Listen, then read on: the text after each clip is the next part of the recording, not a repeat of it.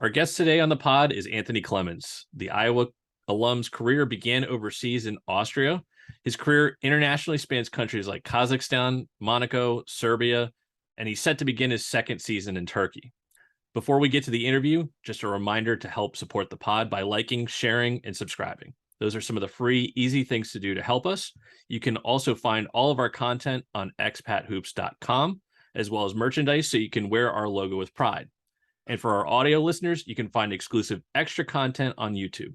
But we have a lot to get into with Anthony, so let's welcome him to Expat Hoops. Welcome to the pod, Anthony.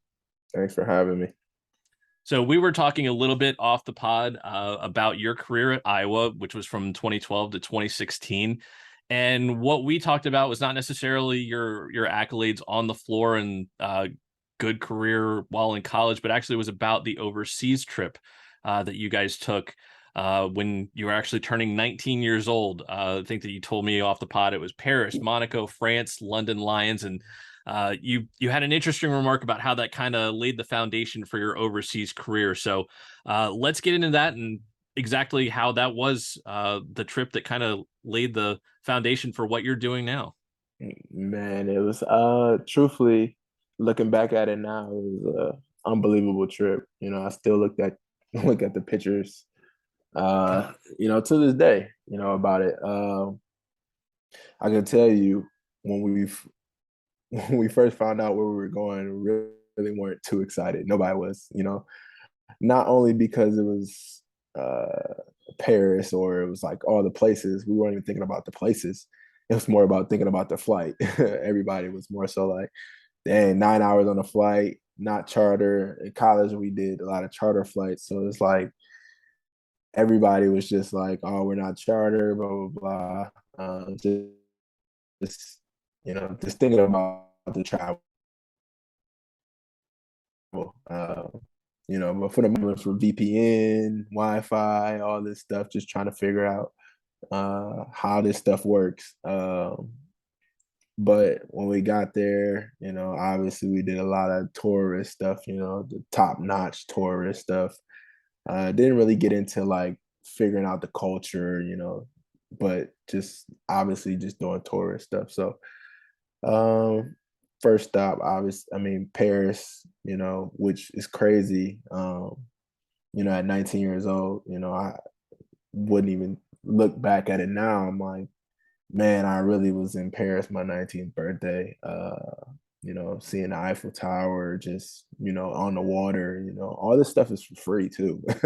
So it's crazy. It's like I get to see all these things at 19 years old, let alone in general, because it's not anything that, growing up as an American, it's not like a thing that you put on a wish list, I would say for me. And to this day, no, there's not a, I can't think about anybody in my city that's done that, just so just having that on, my experience list, seeing Paris, now to this day is one of my favorite cities. But then obviously going to Monaco, where essentially I end up playing, it's like this rich place, didn't really understand or really know what we were doing, where we were at, not understanding that Monaco is easily one of the richest cities in the world, and then one of the most lavish places in the world. Like people dream to go to Monaco, and then the little per diem that we're getting, like, we're spending that in 2 hours, and it's like, man, this is unbelievable just to kind of walk, the French Riviera. We didn't even really understand that we were doing that. Again, getting on boats and doing like seeing that one of my teammates, Jerry Utah, we made a bet with him, which this was probably illegal in college back then, but oh well, it was only 20 euros for him to jump in the water. It was like maybe 8:30, 9 o'clock at night. We just like bet you won't jump in the water. He was like, put the money up. Me, somebody else, we all put in 20 euros, and he ended up jumping in the water. Like, oh, okay, Jared's just that type of guy. So um, that experience, and then going to London, going on the Big I, seeing that part. Um, and then one of my teammates, Gabriel Olashaney, him being from London, him being able to, like, his parents, his family were able to see him, friends and family able to see him play live for the first time. Like that was like, an eye opener for me, because it's like every day where we're from, I mean, in the States, like people come to the games all the time. Like that's the thing to do, but him being away, and then to be able to share that moment with them, even though it was an expedition game, uh, that was still like amazing to kind of like be able to capture that moment of him. And the London Lions wasn't the London Lions that they are now. The London Lions was maybe a second to third division team. I could be kind of like, that could be a stretch, but like basically we beat their junior team and their professional team easily by 15 and 20 points.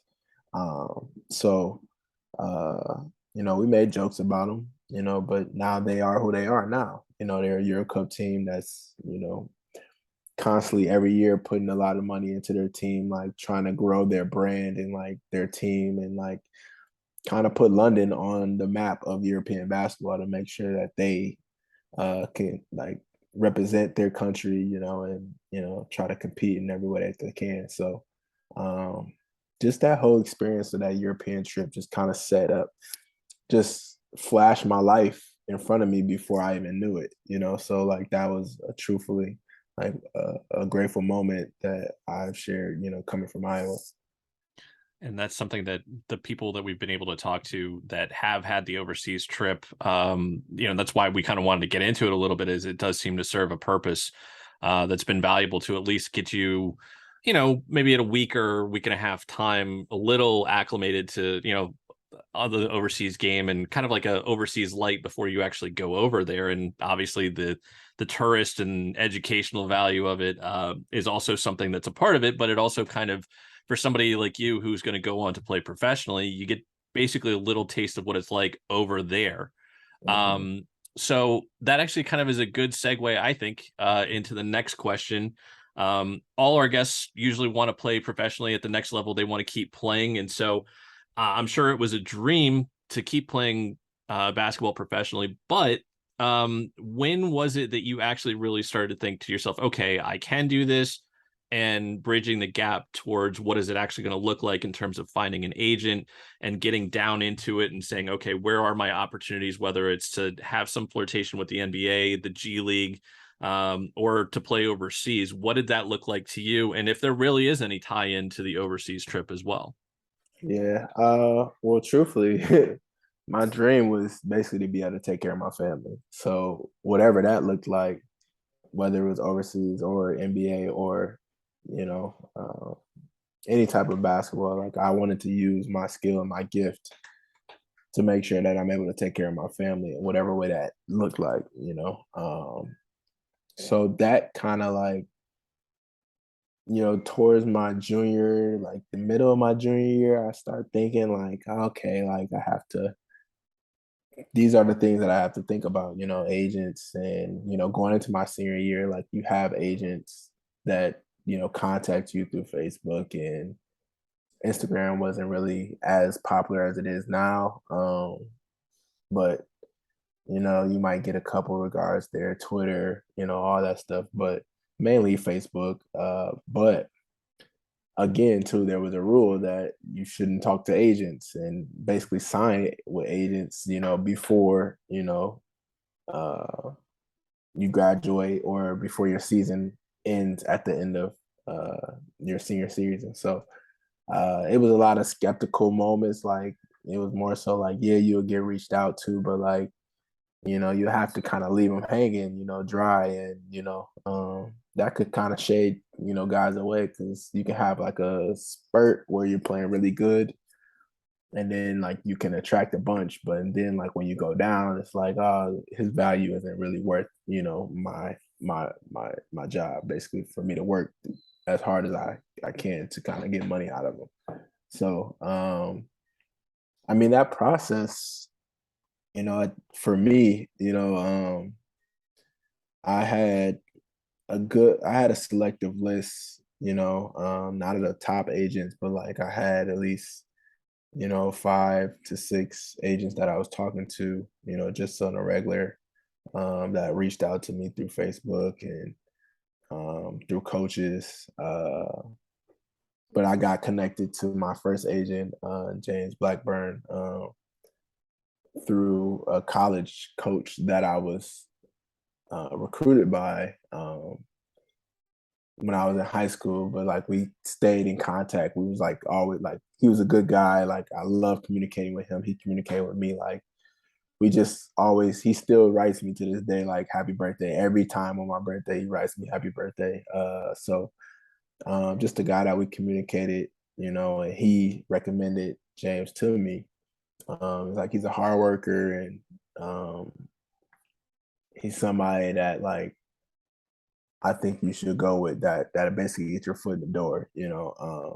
So that was pretty much all. When getting an agent, it's all about like feeling trust instincts. Like a lot of people kind of overthink it, like, yeah, I'm gonna go with this guy because, he got, less clients or he has a lot of clients, a lot of big clients. So I'm gonna go with him. And it's like, you can like it don't really matter who you choose, like your game is pretty much gonna, speak for itself. And eventually, like once you realize the top agents start coming after you, that's when you realize like, okay, like I have a name, because the top agents try to get all the top guys, just because they're like, okay, these are the money makers. But for the most part, getting your foot in the door, like any agent that you kind of go into, like it's gonna be the same. So you just really have to kind of like trust your instinct and your gut, put your faith in God, and like hope that He leads you in the like places you in the right direction. And I tell people all the time, like young guys, you know, just write down 5 things that's important to you when you're transitioning. You know, but understand that out of those 5 things, you might have 2.5 things that won't be there. So just kind of like make sure that it's something that okay, that if you don't have it, just be prepared, mentally, because the mental part is the most important thing, at the end of the day.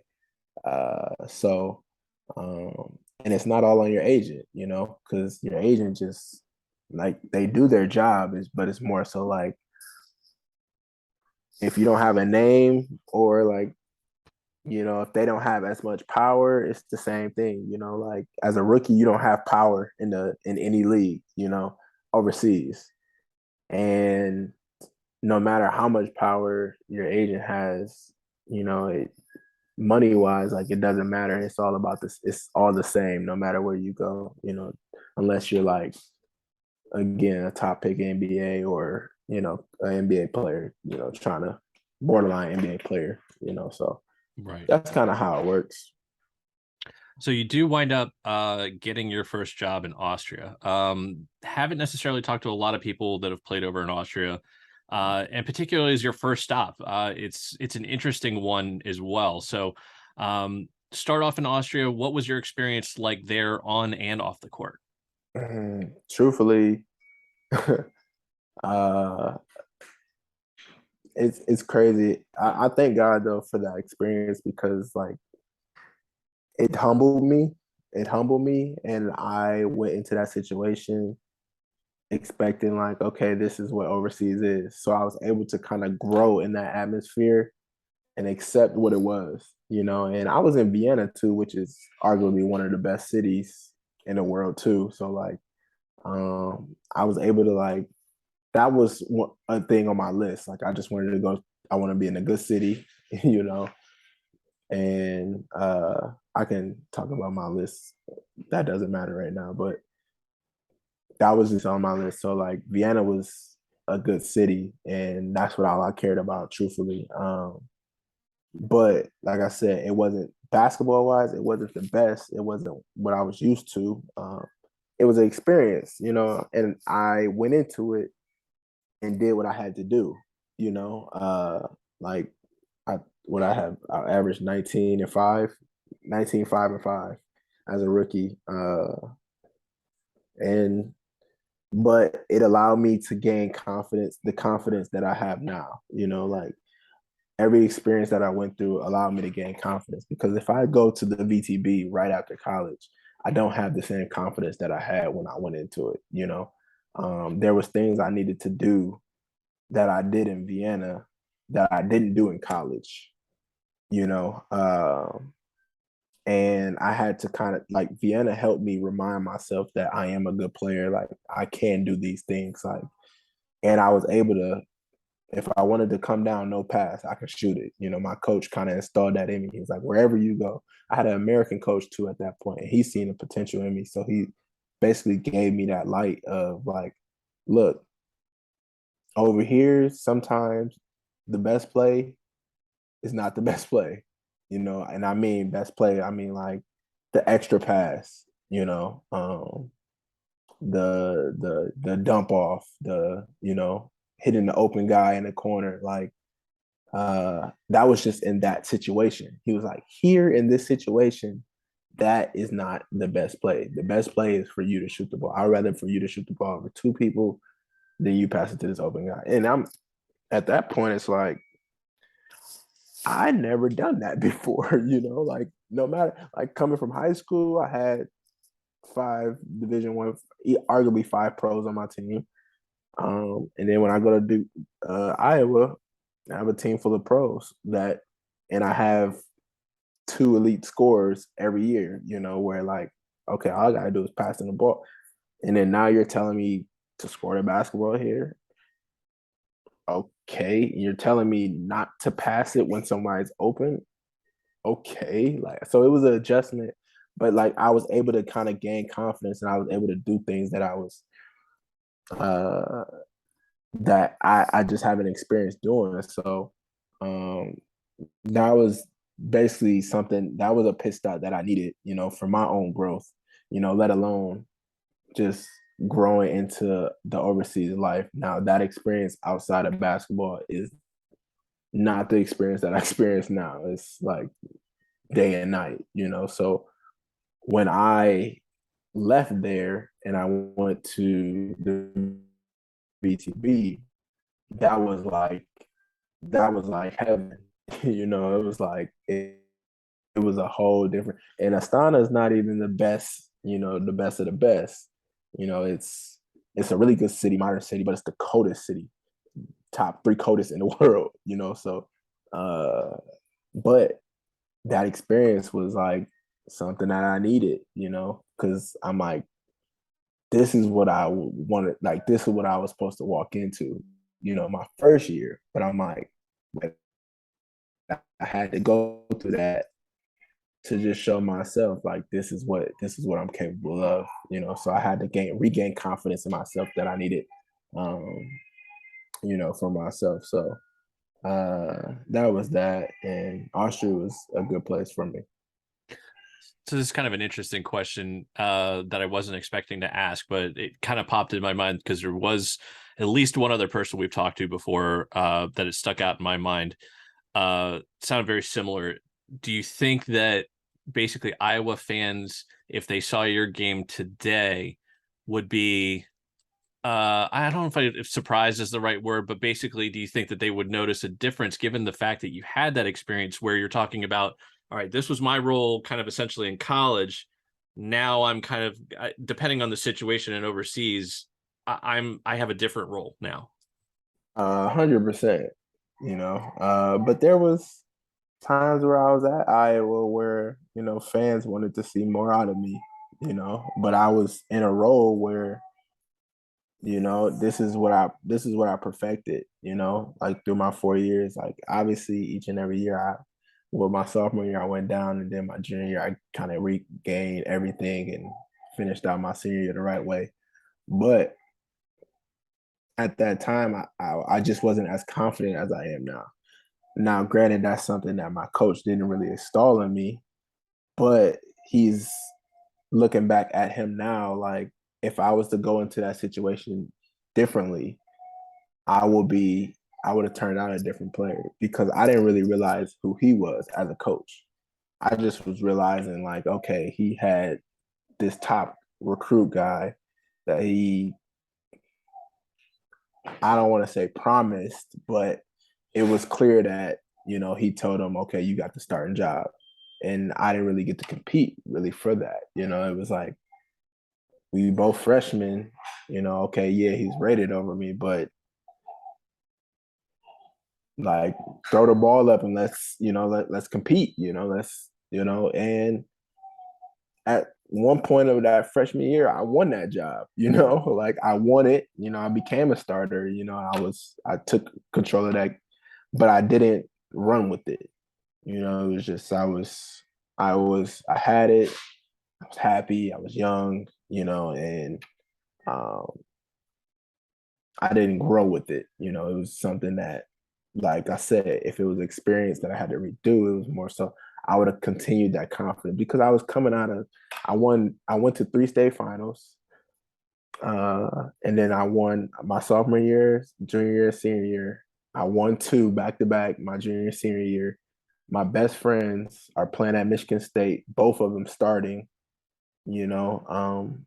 And the other guy, like we all was thriving. So we're talking about this, like this is what we deserve. Like we worked hard, like we worked for this, like we grinded for this, really truthfully. Um, and that's what I did to get my spot, but I kind of got complacent. I got complacent. He kept working. He won that spot back. Which is understandable. Like I props, like that's what it is. But I knew the coach always installed confidence in him versus me. Because I wasn't looked at. I wasn't supposed to be who I was. Everybody from the outside was like, he needs to be that guy, Everybody, every time I walked, like everybody loved me to this day. People still love me to this day. And when they get a guard in like me, like they love it. But he's a coach where like, okay, you're an inner city kid, like I can yell at you, but like you got your like you can gain your own confidence.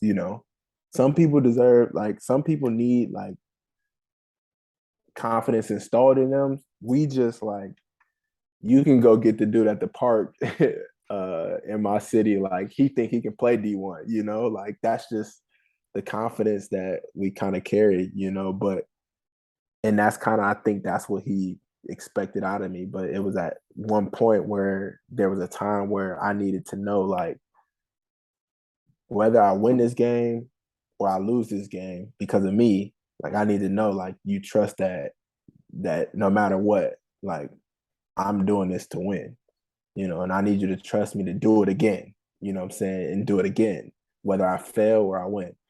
And I didn't feel like that I could fail there and still be trusted, and then that kind of weakened my confidence and kind of took away what I thought I could be. But like overseas now,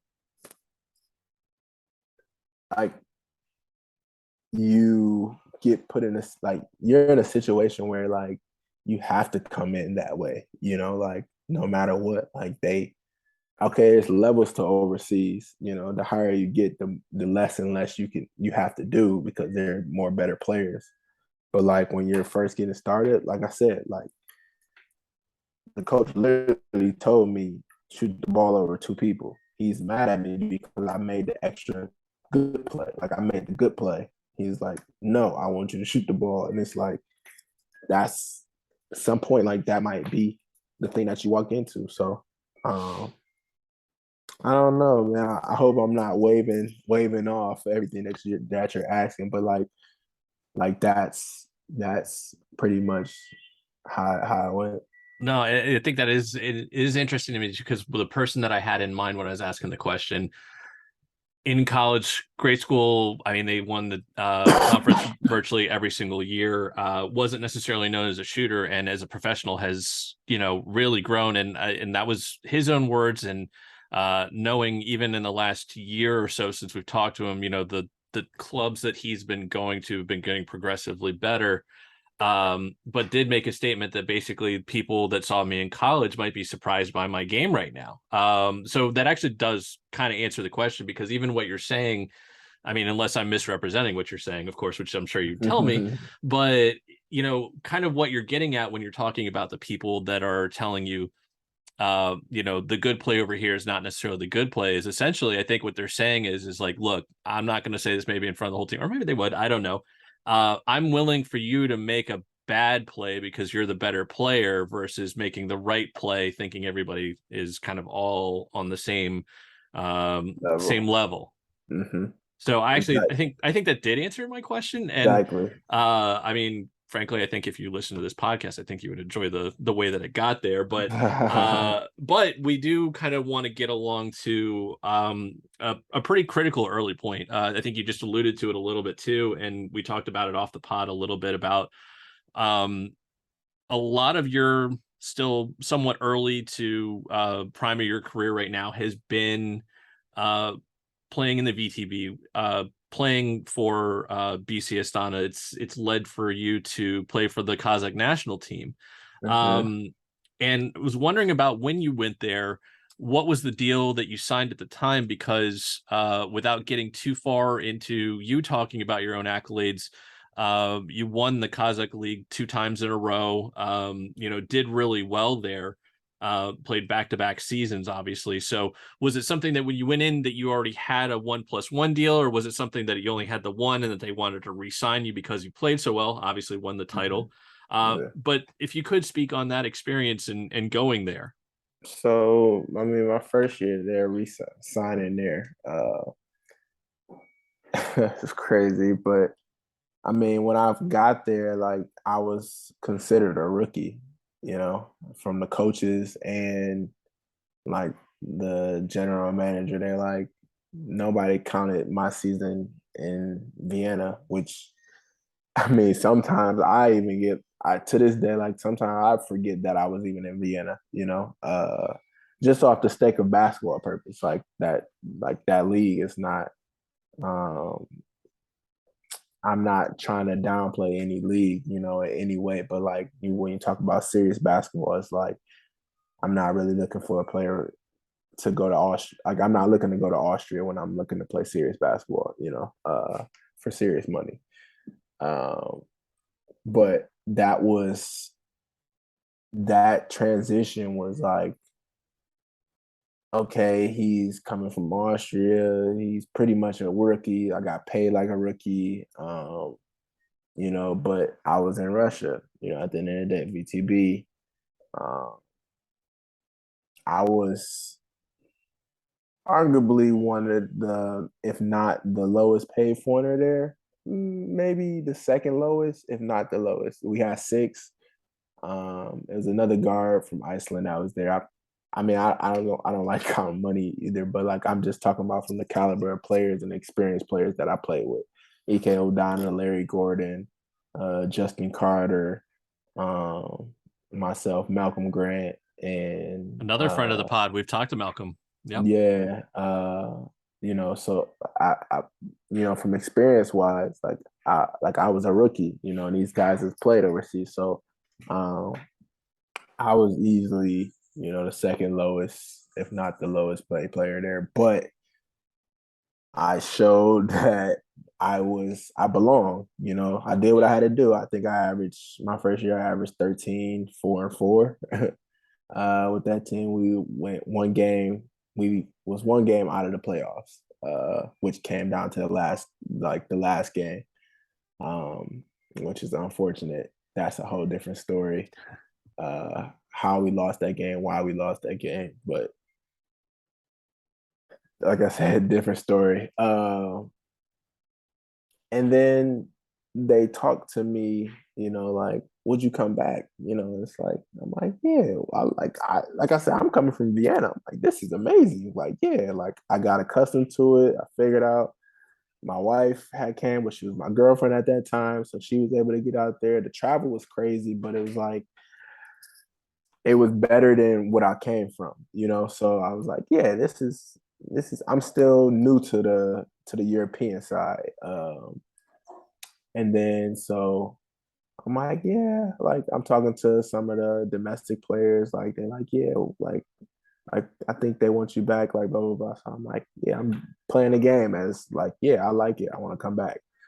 Um, and then they offered me a 3-year deal extension, which I was like, this is very interesting. Sent me the first year. I negotiated more money, and they accepted it. And I was like, okay. And then I'm like, this is a no brainer. Like, yeah, I can make I can make more than enough money. Like, this is the most money that I ever had. Definitely what I was coming from. So I'm like, yeah, like I like the club, I like the people, and they're like, and we'll give you a passport. And I'm like, uh, okay. So I start talking to my agent more so. How does this benefit me? Where does it benefit me at? Like, and it was more pros than anything. So I'm like, okay, this is good. So I'm like, okay, negotiate my money all 3 years. I want to go higher on this and this and that. And like, I would sign it 3 years. Bam, got it. And then I was in. So like, the second year I came in, that's when I had the breakout season. And this is before, like, at this point, I'm like, oh, I need to, because I feel myself like elevating, like I'm getting a lot of publicity. Like I got MVP of December, like I'm dominating the VTB in like the beginning. Like I think I'm averaging 20-6. Like I was doing really good, and I'm like, wait a minute, I'm kind of stuck in this three. I did sign here for 3 years, but like I'm hearing Locomotive is on the radar. Like I'm hearing Olympiacos is knocking on it, like asking who I am, like all this. My agent saying all this, so I'm like, is it possible you think I can get out of my contract? And he's like, it's a possibility. So I'm like, okay, let's just finish it out. And then I got the passport, and then that's when I played my first FIBA year the world qualifiers. Um, I think we play. Who do we play? We play the Philippines and Australia. I had 30 both games, and I'm like, I'm really shocking myself. I'm really doing this, and I just felt the best ever, the most confident ever, and like that played along, and I was able to, thankfully, that they liked me. They liked me. They was like, look, we knew what we were doing by giving you a 3 year. Like, we knew at some point you would elevate, but we like you. You're not like one of those guys, like bad guys. So we're like we're willing to let you out your contract. I know you're about to other teams want you higher level, like more money, triple what I was getting. So and they let me out, which was thankful. And then the next year after that, I went to Monaco, which ended up being another elevating, because it's like this is where the whole cycle back when I was in college. And I'm like, I seen Monaco. I was here on a business trip, basketball trip, when I was 19 years old. And God was showing me all of this stuff before I even got here. So the way that worked it was unbelievable to let it come full circle. Thanks to SeatGeek for sponsoring Expat Hoops. We recently became a brand ambassador for them. SeatGeek is a ticket app that takes the confusion out of buying tickets. They offer a 0 to 10 score on each ticket to know if you're getting a good or a bad deal. Green means good, red means bad. You get the idea. It's a really easy way to get tickets to events. Plus, our viewers get $20 off their first ticket purchase with the Expat Hoops code. Click the link in the description to download the app. Remember the code Expat Hoops, EXPATHOOPS, all one word, to save yourself $20 off your first ticket purchase with SeatGeek. In our house, when we use a VPN, we are sure to use NordVPN. NordVPN secures up to 6 devices and is compatible with Windows, Mac OS, Linux, Android, iOS, and even your Wi-Fi router. Plus, it's no risk to your wallet. Head over to their website for pricing or contact customer support 24/7. And remember, your purchase is always safe with Nord's 30-day money-back guarantee. Click the link in the video description to use our code and make sure you're secure with NordVPN. We have merch. Head over to the Expat Hoop store where you'll find t-shirts, hoodies, masks, coffee mugs, pint glasses, and more. It's one of many ways you can show support for the podcast, so head over there and pick up some merch. That link below is in the video description, or you can head over to our website, expathoops.com, and click merch. We offer a couple of different Expat Hoops logos, and we have men's, women's, and kids sizes, so you can get something for everyone. Interesting also because you had a little bit of experience with Monaco, so you knew it was an expensive place to live. So it is coincidental, let's say it that way, that you are elevating your game, and so thus you're going to have to elevate your pay anyway. But given what you knew as a relatively poor college kid on a per diem, having been to Monaco a little bit, and the fact that your game is showing that you deserve to be paid accordingly.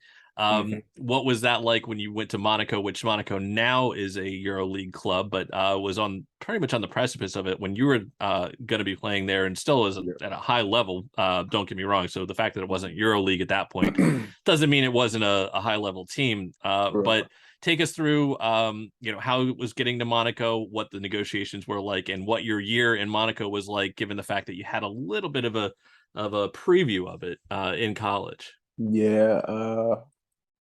So the coach that's there now, Sasha O'Brien, he was my coach. And it was crazy because this was, I will say personally, my best year that I was having. I started out rough. I was very up and down. Like, I played really good in Euro Cup, but I didn't play that good in the French league. Just the adjustment of, okay, I was really, all I knew was VTB, and that style of play, and Austria, which exactly didn't exist at that point now. But the French league is, as you know, if you follow European basketball, is totally different than the VTB, like totally different. So after spending and we have gotten into this before with a couple other guests, but if there is anybody that's just finding out about it, so like basically in brief, like your 30-second spiel on exactly like what makes the French league. And even when you're talking about the French league, there's a difference between the LNBA and LNB. So you're playing in the A league, so the top tier league. What would be the differences, as you would describe it, between the VTB? We'll stick with VTB only as opposed to Austria. No disrespect to Austria, but the VTB, which is a little bit physical, but France, in your words, how would you describe it? Because you're the one that was playing there, not me, so I should really let you take it. Yeah. France is very athletic, very up and down, not as many skill players. There's a lot of skill players there, but not as much as it is in the VTB.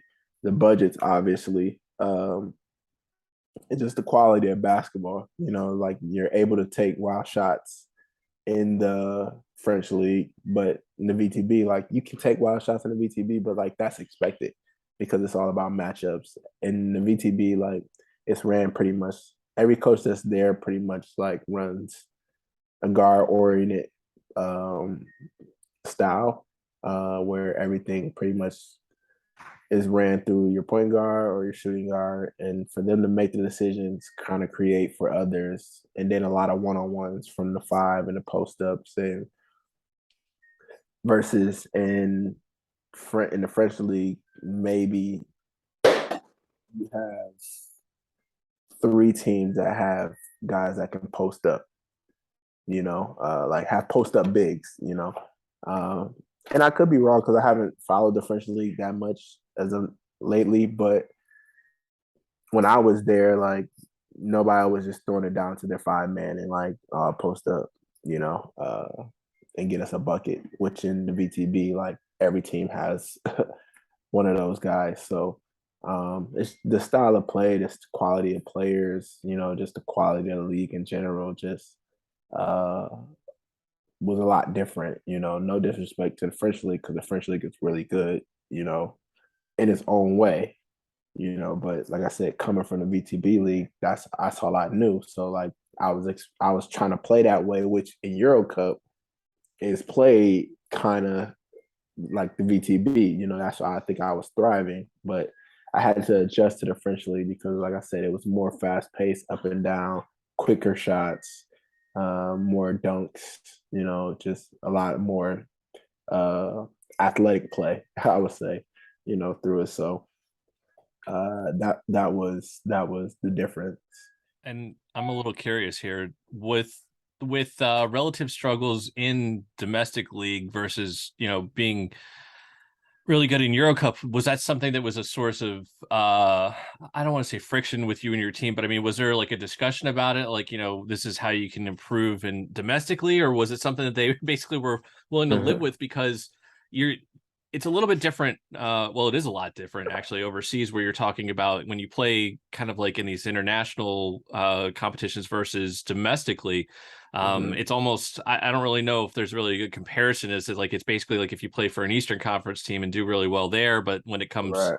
I don't know, to add a conference play, you're not doing as well, but like at the same time, you're also, or actually maybe even flip that. So Right. it's kind of a weird thing to really kind of compare as an American, but were they relatively happy overall because you were doing so well in Euro Cup, but at the same time, like domestically, I wouldn't say struggling to figure it out, but for lack of a better term, not doing as well as you were in Euro Cup?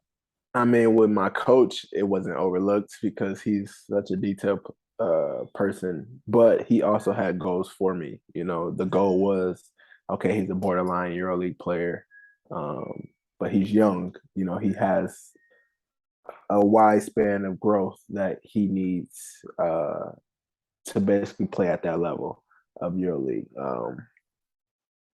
So obviously, me doing good in Euro Cup was like that was good because it was closer games. But when we were playing in the French league, to me, it got overlooked because we were still winning by 20 plus points versus everybody.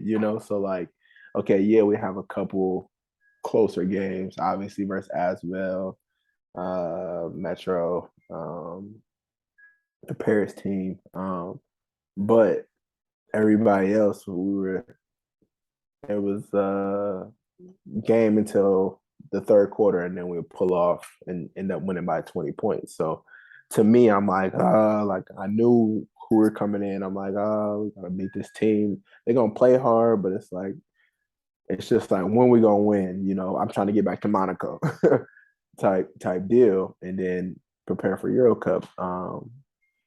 But my coach, which I applaud, me and him, like I loved him. He was one of my favorite coaches because he held me accountable. He pushed me.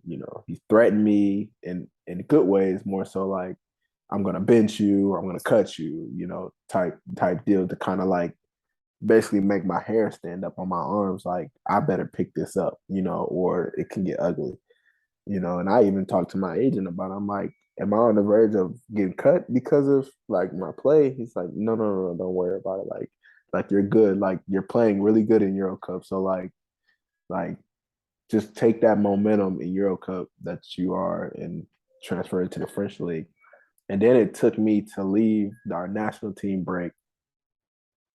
And I was able to reconnect with my coach that I was with my last year in Astana, Emil, which now he's coaching at Cheska. And he was coaching the national team, and we are like this. I talk to him all the time, and he pretty much explained to me like from outside what it looked like, and that's what me and him are like. I give him pointers from the outside, looking at what his team looked like, and then he gives me outside perspective of what I look like on this team, and he was able to give me the pointers like look, Anthony, like you're a very important piece of this team. Like if you don't know that, you are that, just about like the things that I bring. I make shots, I play defense. You know, I can play the point. I can play the two. I can also guard the three. You know, you can kind of place me in whatever area you need. You know, in the guard at the guard spot. You know, I can run the offense. I can create for others. I can play isolation, like, and I can make tough shots. So it's like for him to give me that reassurance on who I was on this team, because I had high standards of that team. You know, I'm like, okay, these guys, like I was playing with D Boss, he was in EuroLeague, he was at Kimki. Kelly, I mean I said Kelly. Kim Tilly, you know, he's was up with the Olympiacos, you know. Yeah, yeah, the guys that's there in Monaco, like there were guys that are in Monaco now, like, you know, they're Euro. I was with EuroLeague players with a EuroLeague coach, so like I'm young, I'm 24, 25, I'm 24, you know, at this point, so I'm like, I gotta, like I'm trying to grow myself, but I'm also trying to fit in, you know. But and that reassurance of him, like, bro, you are one of the guys. Norris Cole, like, like I'm playing with all these top level guys, and I'm like, okay. And then for him to tell me that, I was like, okay. And then I came back the next month and I was dominating. I was like, I held that confidence, like I am that guy. Like, and I slowly but surely, like I was able to see, like, okay, when things got bad, the ball was in my hands, you know, and like when I needed to guard somebody, like one of the best guys, like I was always on the best guy, you know. Um, and I was always making plays. Like I didn't realize how many plays was called for me. It wasn't that I needed to take a shot. It was more so for me to create for others, you know. And I didn't realize that that was happening to me, and it was. So unfortunately, that was the COVID year.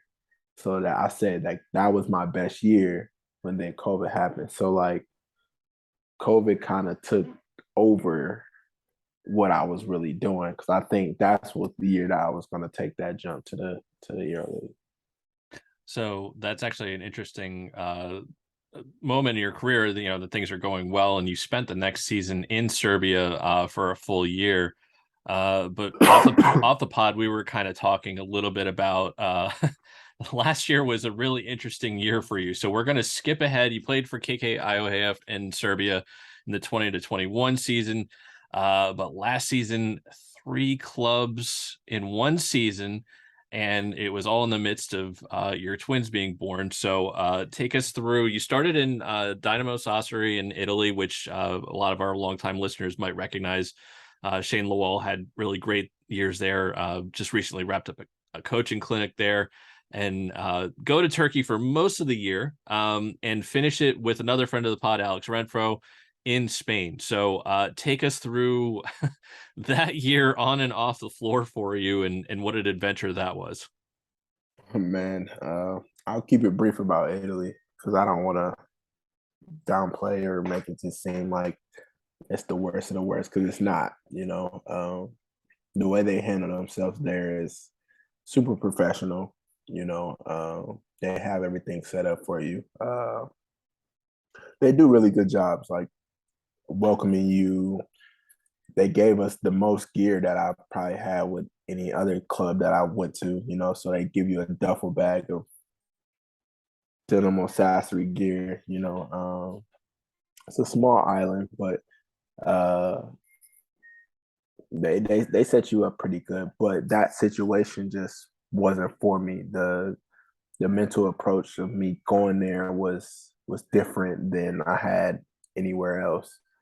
Um, you know, obviously me having twins, I just that's where my focus was. That's where my mind was. And my wife was pregnant when we got there. So it was mainly situations of my wife that allowed me to kind of move away from that situation. But mainly they the me and the coach, we had a good relate. I can tell you this. Me and him, we can, like, if he called me now, like I would pick up and we could talk. We off the court, we talked a lot all the time, but I don't think we were able to kind of connect on the court. I think what he wanted out of me was different than who I was, and a lot of coaches, once they figure out who I am, like I'm definitely an easy person to go by, versus trying to push me to be like somebody else, I'm a different point guard than Sergio Rodriguez, but they like, oh, if you want to be at that level, do what he do. And I'm like, it doesn't matter if I do what he do. Like, I'm not gonna be that type of player. It's just not. That's not who I am. And it was just like little things and just figuring out like what type of player I was. I think that's what they didn't really do well enough is adjusting to who I am and adjusting the system to who I was, because they wanted to give me the keys to the team and like say, take me wherever we go is where you take us. But it just wasn't adjusted around what me as a player, I'll say. Uh, and then I made him. I was just like, you know what? I don't think that this is good for me. This situation is good for me. Like, so like I'd rather, try to leave. Like I would want to leave versus, asking for anybody to be replaced or anything. I'll take the fall. Okay, we're losing, which we weren't even losing like that. We were still 500 by the time I left. I think we got eliminated out of the Champions League, which is crazy because the two teams that were in our group made it to the Final Four, and Patris, I think that no, not Patris, that's Greece. Prometheus, I think no, I don't know. I forgot the team from Ukraine, which they had D'Angelo Harrison, the athletic guy, because we talked to DJ Stevenson, DJ is it Kennedy. Promethe? Yeah, Yep. Something like that. And if that doesn't happen, like the war and stuff, if that doesn't happen, they can arguably be in that group too. Like top four, like basically our group was probably the best group, in it. So like, so we had the Tenerife and the German team and them, and like we are getting ran. We have young guys on my team, not experienced, and David Logan, guy that's pretty much was on the end of his career. So it was tough for me to kind of like, okay, how do you want me to do this? Like it's not. I don't have a backup. I didn't really have a guy that I can play off the ball with. Like these players are good, they just didn't suit me, like what made me who I am, what made me good,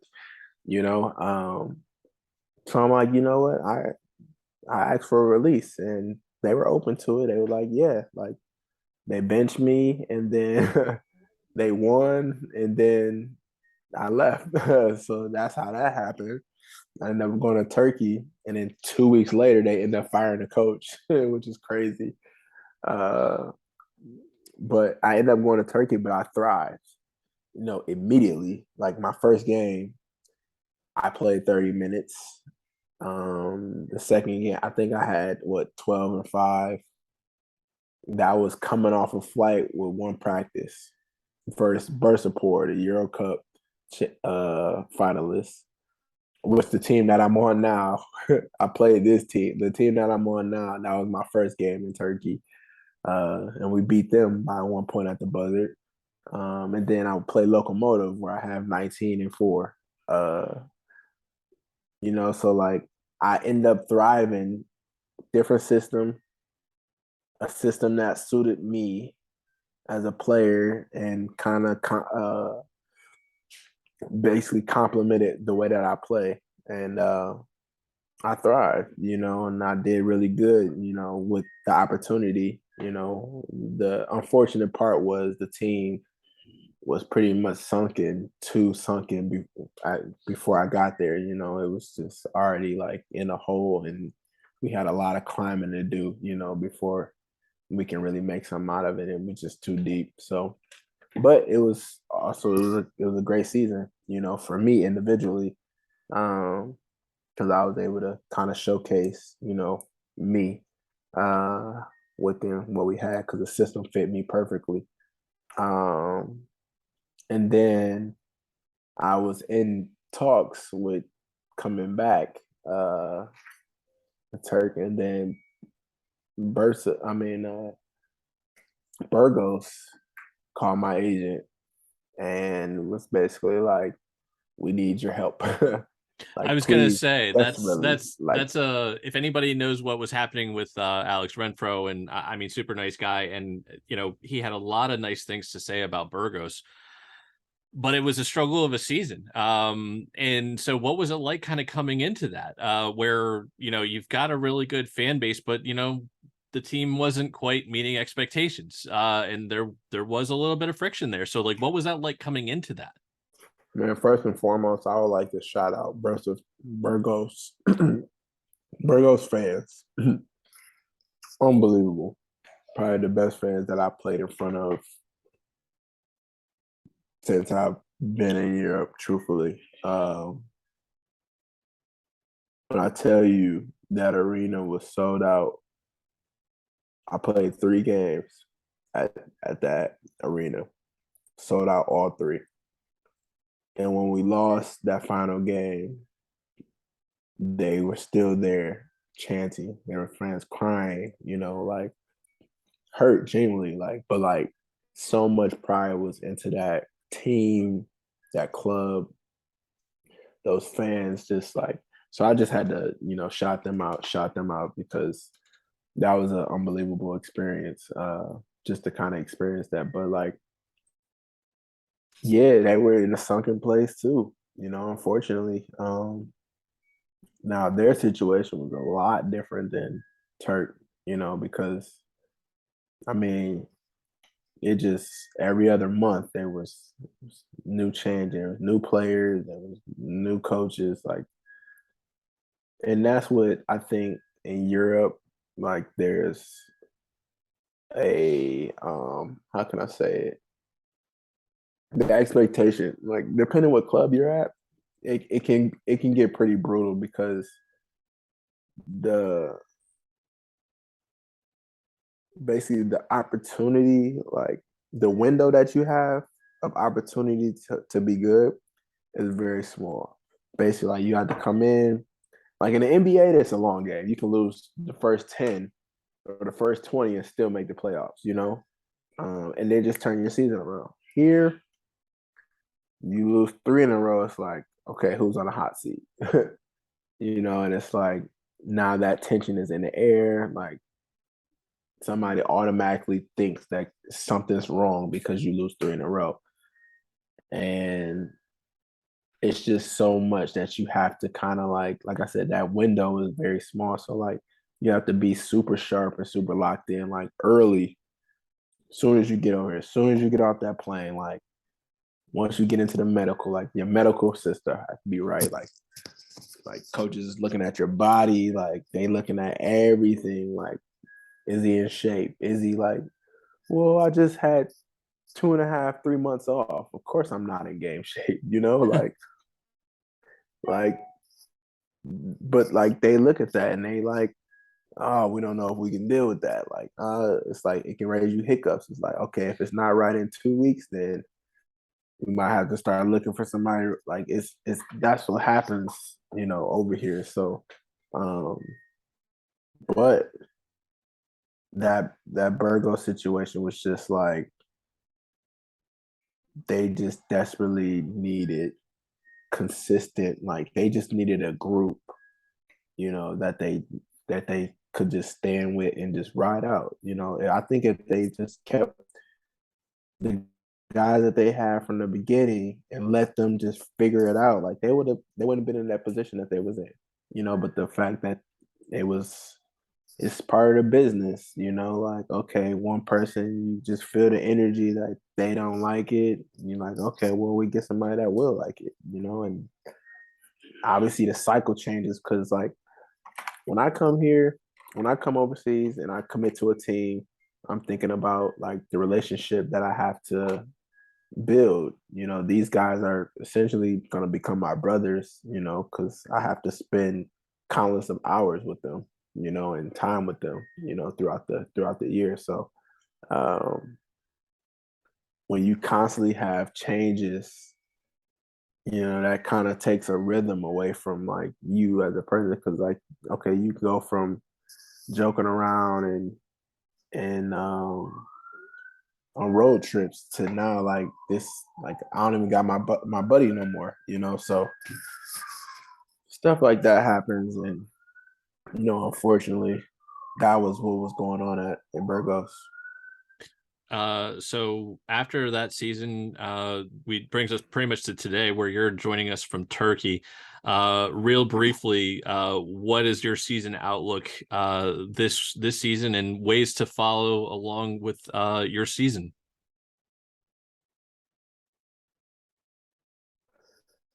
I mean, I'm just looking to take another step, you know, be better than I was last season. Um, be better than I was any season. You know, I want to obviously grow as a player, grow as a person, as a father, all that, and just kind of keep building, you know, with my confidence. I can't tell you that, you know, that we will like I want to win, you know, the finals in Turkish League or finals, because you those things that you just can't, like, you can put that as a goal, but like you can't predict those things. Like, you know, you just never know what your season can be. This can be a losing season, it can be a winning season. You know, hope it's a winning season. You just prepare the best way you can to try to make it, you know, one of those. So me as a winner, I'm going in every game and every opportunity to win and to be the best that I could possibly be. So I'm really just hoping to kind of get the best out of this situation and be the best that I can for this team to kind of help us, you know, win.